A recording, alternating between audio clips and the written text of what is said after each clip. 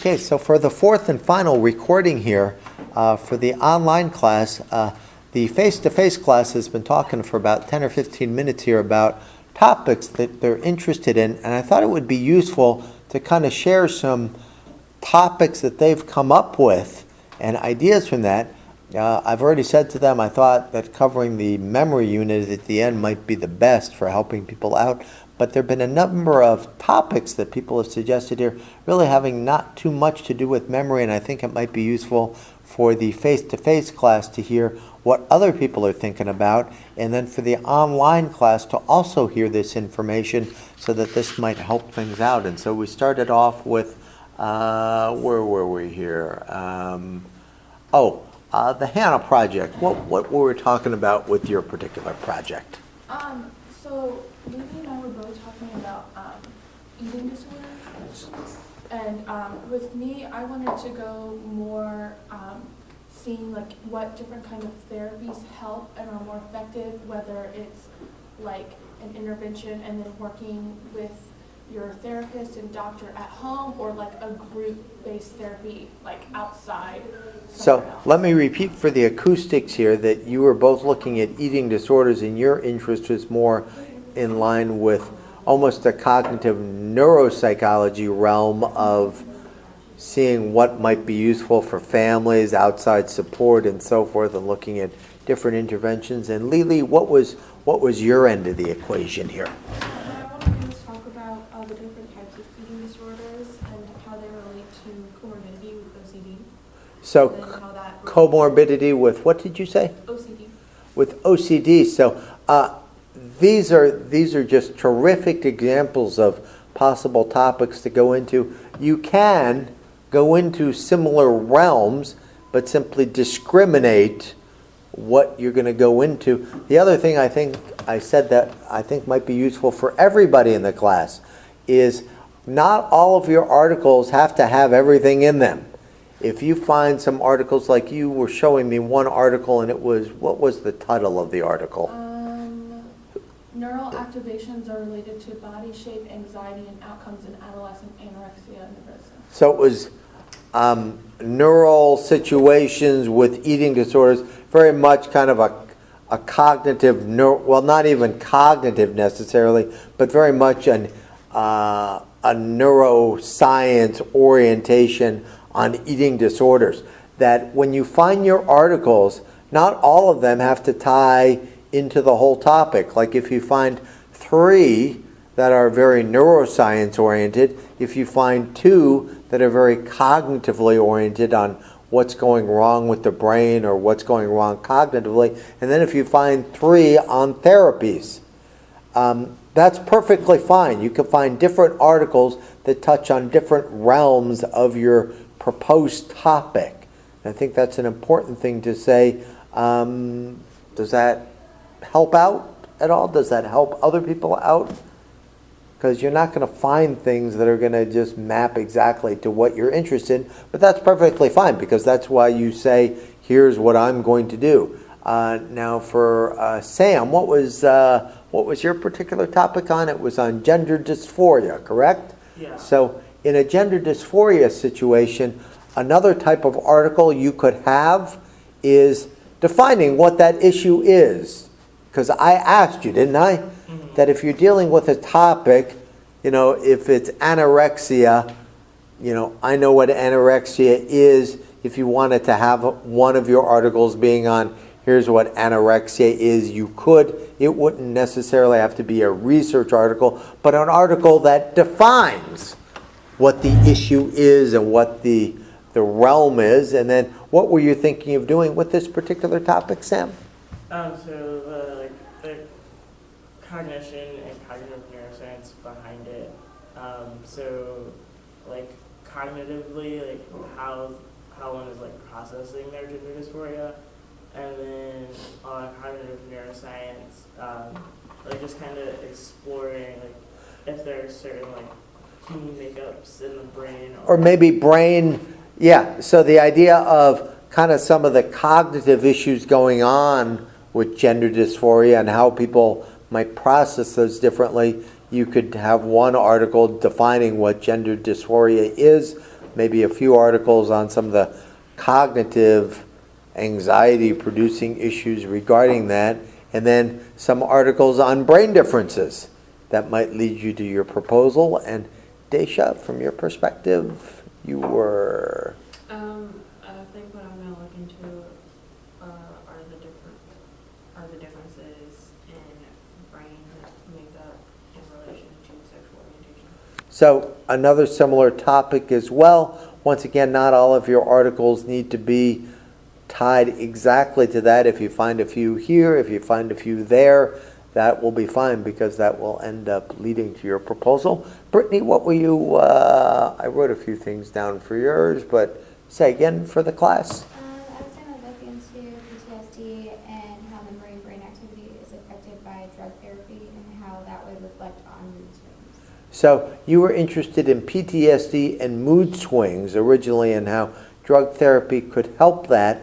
I think when you and I first chatted, I think PTSD is okay to look at, drug therapy, but I think my advice to you was we kind of need a cognitive realm of that, so looking at potentially memory and attentional types of things is related to that. It's interesting in the field of this class, the cognitive class I teach you, it is very much on cognitive topics and kind of getting into the brain realm. A lot of you are very interested in kind of the clinical cognitive realm, and that's not really what the purpose of this class is in clinical psychology. So if you wanted to do a clinical topic like that, That's why I just said how PTSD, the memory, and brain activity. yeah. You mentioned. So the memory component would be important, because then that's kind of a cognitive topic, exactly the reason I was saying that was to simply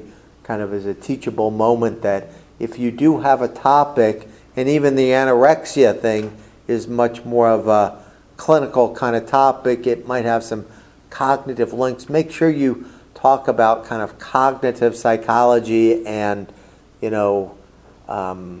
mood things going on, maybe some things about, language processing, attention or memory, or something that kind of ties into some of the cognitive topics, because the clinical cognitive neuropsychology is a little more removed. It's more on not basic psychology or basic cognitive topics. So just make sure it has some sort of cognitive realm. And Madison, as you were talking about your topic, what was that again? Alzheimer's disease? So Alzheimer's disease, and what would be the idea behind the Alzheimer's situation?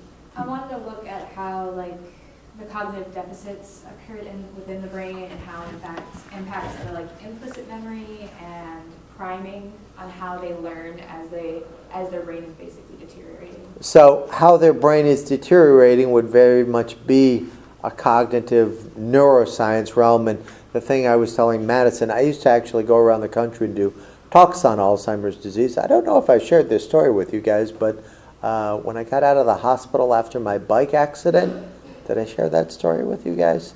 I actually started having these dreams where I was being whisked away and doing talks on Alzheimer's, and I would be in the hospital room sleeping at night, and then one morning I woke up and I was like, I was here all night. I wasn't doing an Alzheimer's talk, was I?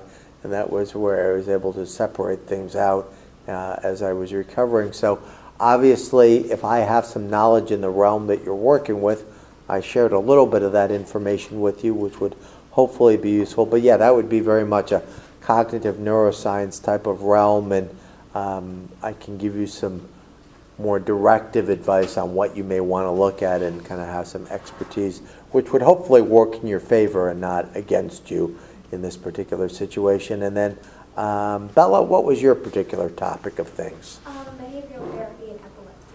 So behavioral therapy and epilepsy, once again, epilepsy itself is more of a clinical type of topic. Behavioral therapy is also kind of a clinical neuropsychology realm of things. So what would you want to do with that particular situation to make it more cognitive and cognitive neuroscience-ly oriented? I'd probably try to associate something with their behavior and take measurements of, brain activity So something along the brain activity when things were going on. But the other thing that you might want to do with epilepsy is even have an article on some of the cognitive deficits that tend to occur when people have epilepsy. Having a daughter with epilepsy, there are some cognitive differences. There are different forms of epilepsy as well. You could have an article describing the different types of epilepsy that are out there, and having an article on some of the cognitive impairments with attention and memory that may work, and then getting more into your realm of what you want to do about this and so forth. Okay, and Taliba? My thing is going to be the cognitive neuropsychology of erectile dysfunction. So the cognitive neuropsychology of erectile dysfunction, which once again is not really so much of a cognitive neuroscience topic. Erectile dysfunction certainly does occur. It is frequent, obviously a male topic per se. When I was giving you advice on this situation, what was my advice to you in regards to making this more of a cognitive neuroscience realm of things? To include the thought processes that happen during the event, or like memories that can contribute to it. So memories that might contribute to this going on, if there are situations where sometimes when these things occur, there could be abuse in the past, and that could be a memory topic. Or also, there is a lot of literature on when males are in this situation, kind of things about the spectator role, thinking about sex too much, and when you're focused on that activity, the mental processing going on is very much of a cognitive type of thing, almost an attentional role given to it, and then you have the dysfunction occurring. So just making sure you tie this into a cognitive realm. And not all of your articles will do A, not all of your articles will do B, but as long as with these, 9 articles, you kind of cover, you could even have an article, one of them being what is erectile dysfunction. It's not a research article, but it's kind of a definitional article. Eating disorders, you could have an article on that. Gender dysphoria, same kind of thing. So as long as these articles form kind of a macro of what your issue is kind of the idea, tying it into the cognitive and kind of cognitive neuroscience realm. It seems a lot of people in the class are very interested in almost cognitive, kind of clinical neuropsychology, and that would be okay to do, but make sure you tie it into in the annotated bibliography of kind of the cognitive realm and the cognitive neuroscience realm of things. Has this been useful to listen to what other people have had to share? So once again, I think my key take-home messages, and hopefully the online class can learn from this as well. Not all of your articles will have to tie to everything that you're interested in looking at. Have it be kind of a little bit over here, a little bit over there. That's perfectly fine. Now, if you are able to find articles that map to all of it, some of your articles, was it very clear from the 2 that I had that one of the articles was clearly more important than the other? Yeah, it was. And could that be the case for you as well? Yeah, it can be. For your annotated bibliography, that's perfectly fine.